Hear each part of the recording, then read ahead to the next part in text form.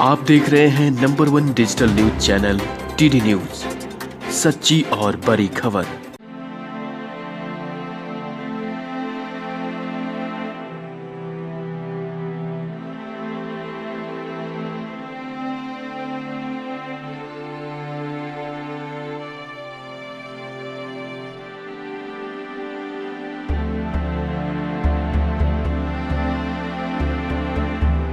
कहीं से शुरू होती है बात, कहीं और जाकर खत्म होती है। जिंदगी भी अजीब है जनाब, हर पल कुछ नया सिखाती है।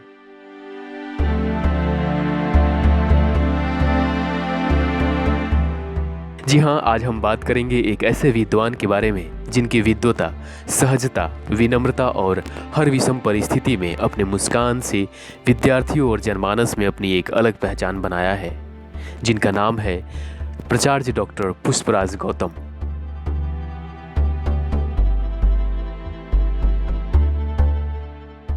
डॉक्टर गौतम कहते हैं, जीवन पथ जटिल है, यह काल चक्र कठिन है, पग पग पे भेदभाव रक्त रंजित पांव है।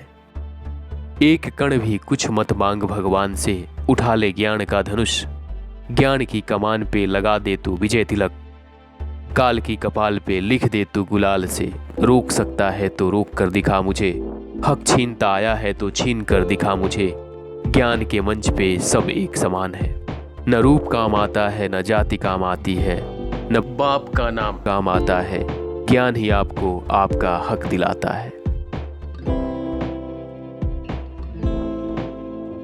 प्राचार्य डॉक्टर गौतम सचमुच एक कर्म योद्धा है।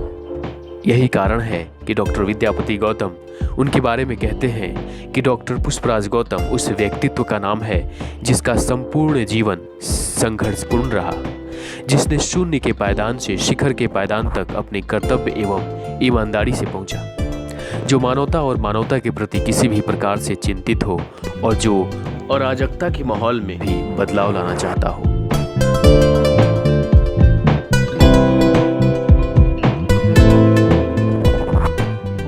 एक व्यक्ति जिसके पास प्रबुद्ध वैचारिक प्रक्रिया हो, वह व्यक्ति जो किसी कमजोर वर्ग के लोगों की पीड़ा को सहन नहीं कर सकता और ऊपर चढ़े सभी व्यक्ति जो उनकी सेवा को अपना कर्म मानते हैं और अपने बाद एक ऐसी धरती छोड़ना चाहते हैं जो पहले से बेहतर हो। वास्तव में एक समाज सुधारक एक आम इंसान होता है जो असाधारण तरीके से मानवता की सेवा करता चाहता है। यही डॉक्टर गौतम का व्यक्तित्व है। बचपन के दिनों से ही पुष्पराज जी बेहद होनहार विद्यार्थी थे। इनकी एकाग्रता और पढ़ने की क्षमता अतिरिक्त थी। डॉक्टर गौतम अतिलोलु पाठक थे।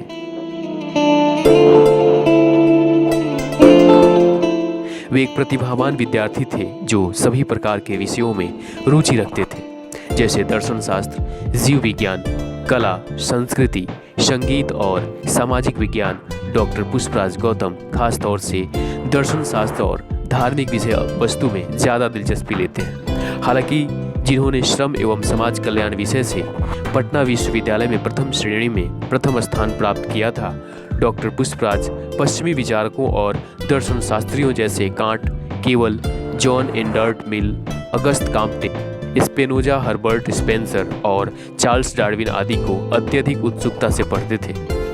हिंदू धर्म की सभी धार्मिक और दार्शनिक विषय वस्तु में भी इनकी दिलचस्पी रही है, चाहे वे उपनिषद, वेद, रामायण या महाभारत हो।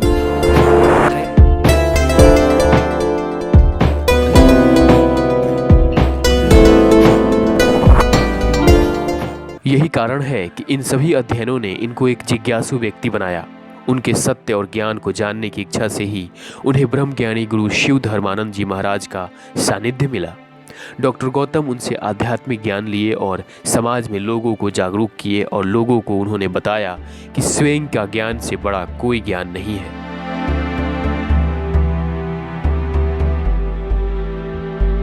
डॉक्टर विद्यापति गौतम ने प्राचार्य गौतम को एक फैज साहब की कविता को समर्पित करते हुए कहते हैं, यूं ही उलझती रहे हमेशा जुल्म से खल्क, न उनकी रस्म आई न अपनी रीत नई, यूं ही हमेशा खिलाए हैं हमने आग में फूल, न उनकी हार नई है न अपनी जीत नई।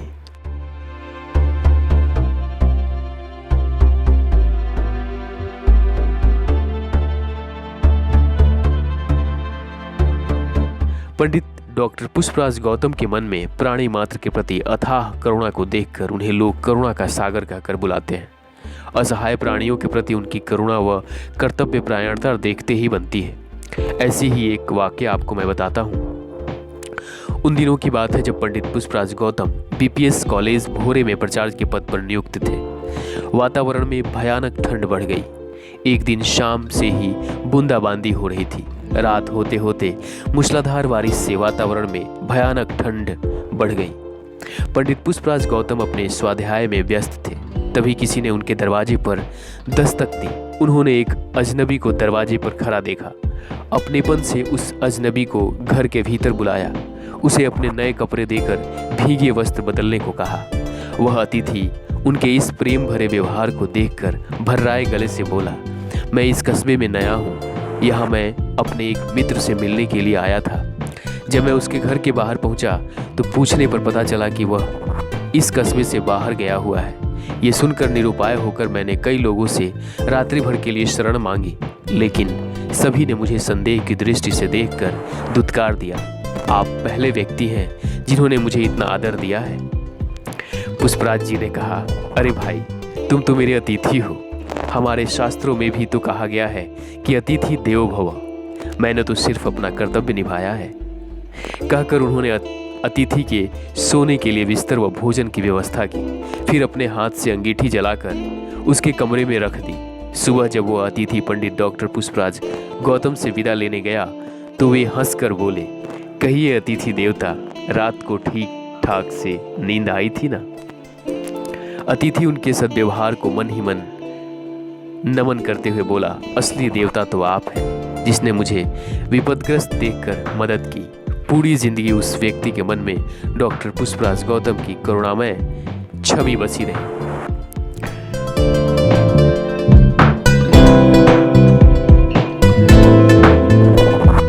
डॉक्टर गौतम की विद्वता और विनम्रता से पूरा बिहार परिचित है। यही कारण है कि बिहार के अब तक के सबसे लोकप्रिय प्राचार्यों में शुमार हो चुके हैं डॉक्टर पुष्पराज गौतम।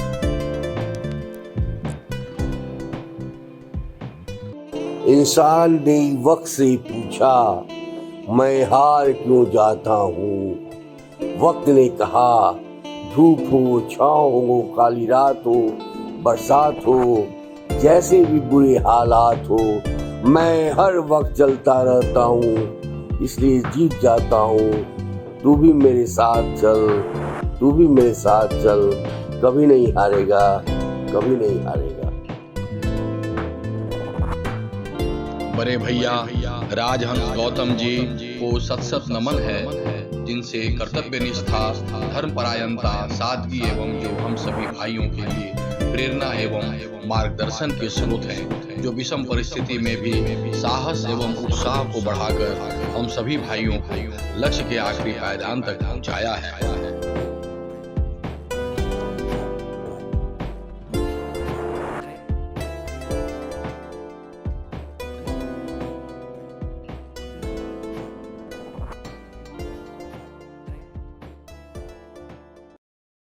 नमस्कार, मैं हूँ आरती सिन्हा। यदि आपको यह वीडियो पसंद आया हो तो इसे लाइक करना और शेयर करना ना भूलें, और साथ ही साथ हमारे चैनल को सब्सक्राइब करें, फॉलो करें, ताकि हम आपको देश दुनिया की खबर देते रहें। खबर चाहे खेल की हो, राजनीति की हो या कोरोना संबंधित, केडी न्यूज़ रखता है आपको सबसे पहले।